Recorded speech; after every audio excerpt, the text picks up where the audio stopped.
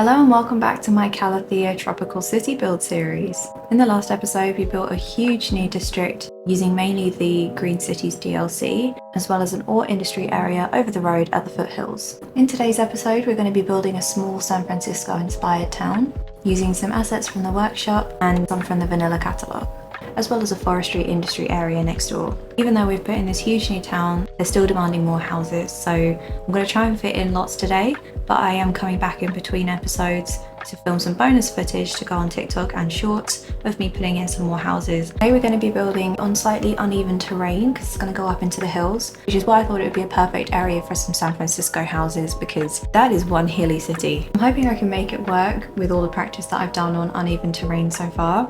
It's going to be a lot of terrain tools being used and it's probably going to be some trial and error as well. And I will need to add in some extra electricity and garbage collection as well because I think they are about to become very overrun with the amount of people we're about to have move in. So there might be some other things while I'm doing with this to kind of keep up with the demand of the people that already live here. I'm going to be using this area over here today. So the town is going to be in this bit here, which is quite an incline in some areas. It's got a little bit of flat space down here, which is where the main town is going to be. And then the houses are going to kind of weave up into these hills here. This means we're going to need to put another interchange on this highway here, which isn't going to be a problem. The more interchanges we have, the less pressure it puts on each one. And this is also going to service the forestry industry, which is going to be in this nice forest that's already on the map here. So with all that said, let's get started.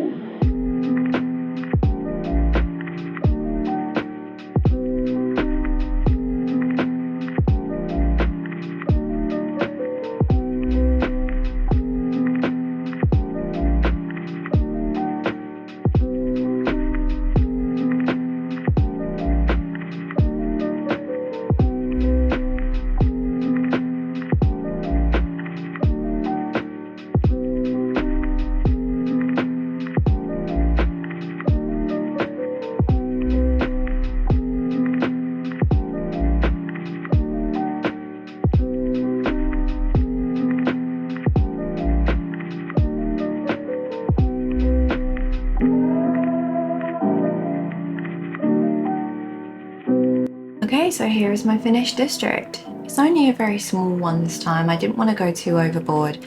I had tried to do the San Francisco inspired district before, and with too many houses it just looked awful. Putting the kind of styled houses next to each other in long rows just looked really dreadful. Basically looked like a British housing estate, and that's not the vibe that I was going for. But I am very happy with how this turned out. It's not perfect, it could be better. I was searching the Steam workshop for hours for the right assets, and I don't quite think that I found them, but it's good enough. So you come off of this roundabout into kind of the middle of the town, and then you have all of the houses off to the right and all of the commercial area, kind of the downtown, off to the left. So here is a little kind of school and health district. So there's a secondary school over here with a football field, and then the sports hall and gym with a medical centre and a crematorium. Over here is the downtown area. Now I've tried to mix some kind of larger assets in with some smaller ones. Unfortunately, the lighting from this side is terrible, and when I was going through and making sure that all of my mods were up to date, the lighting adjuster mod that I had was unfortunately way out of date, and I had to remove it because it was causing problems in my game. So we're just going to have to deal with bad lighting for now until I can find a replacement. So I put some really small restaurants over this side because they've got this open space and they're not being encroached too much by the high rise. And then over here is some of the vanilla assets. I think some of these are commercial and some of them are offices. These ones here are offices. I used these recently in my Pleasant Valley series, and I really love these little balconies on the side. It makes me think that people live there even though they obviously don't, but I like to think that's what they've done that for. Over here again is a mix of some commercial. This is from the Art Deco pack, which a lot of this district is kind of inspired by Art Deco buildings. There's a picture that I took in San Francisco that I'll put on the screen now. I wanted to kind of emulate this kind of building style, so hence the really badly lit plaza and row of very high-rise buildings at the end. It's really, really bad lighting. You can't actually really see what these are at all. Try and get an angle where you can actually see it. So there's an Art Deco one here from the vanilla catalogue. I put two of these buildings in the workshop, and one of these is sideways, so technically they probably won't actually be able to get into the front there because there's not enough room. But I didn't want them to just be forwards. I wanted to create a little bit of variation on the frontages of them. Made sure that none of them encroach onto the road back here. I wanted to put some barriers down the side of the slip lane, but unfortunately I don't have any highway ramps that have barriers on them, so I'm just going to have to deal with that for the moment. These buildings are actually modular. They kind of stick together, so you can't see the lighting, but they have multiple different assets in this collection that you can kind of make your own building style. And this kind of bump out on the front of this building, I wanted to take elements from the Saks Fifth Avenue building in this picture and the building behind it as well, and kind of incorporate that. It's not exact, I'm not trying to make it exact, but I wanted to kind of make an inspired row of high-rise buildings at the end. There's a few residential buildings in this district as well, just along the side. I wanted to use these two high-density assets from the catalogue. I believe they're high-density. They fit with this style of building really well. And I also wanted to use these rows of the 1890s style housing. I can't remember whether it's Queen Anne or Georgian, whatever it is. Whatever style of building this is, I wanted to add a row in here. Unfortunately, these two are slightly different colours. They're from the same creator and they're from the same pack, but I couldn't find two colours that were exactly the same, so we're going to have to just ignore the fact that they're slightly different for now. I wanted to add a row of these little houses in because they don't have any detailing on them, so they kind of work better in a city. So now we get to the hills. Now it's a little bit sparser than my other districts. I didn't want to fill it in too much, especially because we're working with very, very uneven terrain over here. So I wanted to kind of use a mix of mainly assets from the library and some from the workshop as well. And I've put a couple of commercial buildings in and dotted them around as well. So these are very, very nice assets. I love the purple colour on these, and they're very similar to the ones in the main town centre, but they have a little bit more detailing, so they're okay to be kind of out here on their own. So there's multiple routes up the hills. You can go around this way, you can go up this way. It was difficult working with this uneven terrain, but I think I've managed to do it in a way that doesn't look too awful. I have added some fences around the back of these houses and a few kind of props and detailing in the back. Some of these are quite sparse. They didn't really look right together. These ones along here from the workshop, they have a little bit of detailing in them. They look a little bit more run down than some of the others. I think the iron fences kind of make them look a little bit more run down, which is why I've put them at the bottom of the hills as opposed to the tops, because you'll see it goes up in wealth as you go up the hills, which I feel like is a pretty normal thing in these kind of areas. There's a few bigger houses down here, but not very many. These houses here are from the Vanilla catalogue, I believe, and they go quite well with this style, and this is another one from the workshop. So up here is the primary school. It's the community primary school from the Green Cities pack, and I've put the adventure playground from the workshop next to it because there's a huge entertainment radius, and one of the tiny parks from the hotels and retreats pack. I've put some hedging around the edge just to kind of block off that space a little bit, but obviously people still need to get into the front of this park here, so I've left this bit open. And I put a little car park over the road just in case people want to use it for the school. Down here is another row of houses. Some of these are a lot smaller than the others because I'm working with very shallow areas here. I didn't want to make the terrain too weird behind it. This one's from the workshop. It's a part of a really great pack of kind of Art Deco inspired mansions. This is one of the smaller ones, and I thought it went quite well with these houses. Up this road here is a bit more of the same, and I've done some detailing around the back of these houses to kind of flesh them out a little bit. And these are from the workshop as well.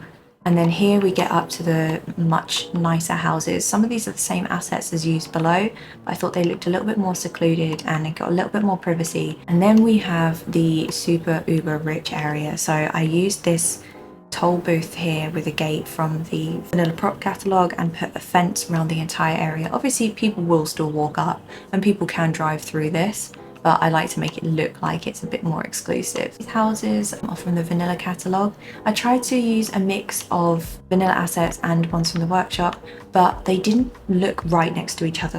The ones from the Vanilla catalogue are much bigger, so I thought I'd keep it consistent and use the same ones all the way along. And I like how these two are kind of symmetrical on either end. I changed a lot of the props on all of these houses or ones that fit with the theme. We're using the bob tool, and I think it looks a lot better with trees that kind of match the ones around it and a few more tropical ones sprinkled in.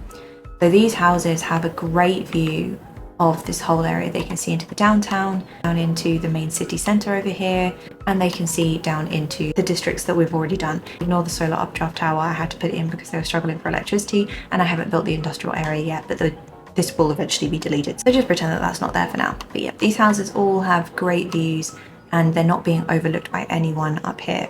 And then up this road is a few more secluded houses. These ones aren't necessarily in a gated community, but they're still pretty nice, and they don't necessarily have the best views up here. I mean, these ones are really tucked away up in the hills, but the ones on the end are going to have a much nicer view across the city and across the bay, all the way down into the more rural areas. Done a tiny bit of detailing around the back of these with some hedges to give them a more defined space, but other than that I haven't done very much detailing on these because they already are quite detailed in their gardens. So these houses up here in the hills were actually partially inspired by a TikTok I saw the other day of a real estate agent in San Francisco showing off a house that was really high up in the hills on the outskirts of the city, and it was totally surrounded by trees. And it was kind of a bit of a hidden gem, and I'm sure, you know, real estate agents, they love to say that things are hidden gems, but I was thinking, like, I didn't really know what to do with this space up here, and that video really helped because I went to quite a few places in San Francisco. I did one of those tour bus things. I know it's a silly tourist thing to do, but you actually get to see so much of the city by doing that, and you don't have to worry about driving. You're not going to be underground on the BART, so you're actually going to be able to see quite a lot. You can only see so much from the trolley, so actually doing one of those tour buses is quite a fun thing to do, and I like to do that when I go to new cities. But I didn't realise that places up in the hills could be this secluded and this kind of cut away from everything else and hidden. I was worried that these houses weren't going to be authentic because I was only really basing my knowledge off of a very short trip there, but seeing that video actually kind of helped me to shape these houses up in the hills here. So now that this district is complete and people started moving in and started working at all of the commercial places, I'm going to move on to the forestry industry. Obviously we've got quite a dense forest here that was already on the map. So the forestry is going to be in this kind of lower area here because the area is flatter down here and the assets don't really work well on uneven terrain. So I'm going to put a small forestry industry area down here. So let's get to it.